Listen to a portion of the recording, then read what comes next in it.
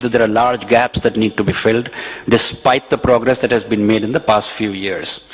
Investment and insurance products are still available only to a small fraction of the population. Since the opening of the insurance industry to the private sector, we've seen tremendous growth in this sector. Insurance companies have done a great job in communicating why people should save for their retirement and get themselves enough insurance cover. However, as in other financial services, coverage remains limited to a small section of the population, and it is not clear whether current products are sufficient to reach people who are currently not reached by organized financial services.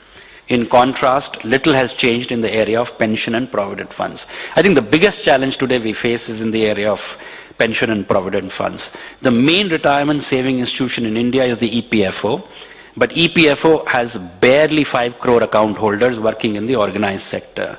The new pension scheme started in 2008 has made a small beginning in reaching out to a larger audience, but adoption so far has been highly muted.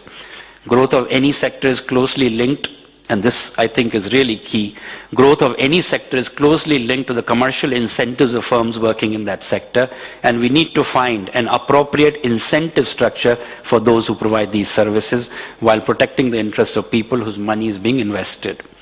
We will need significant evolution of products as well as institutions in order to accelerate growth in the pension sector. The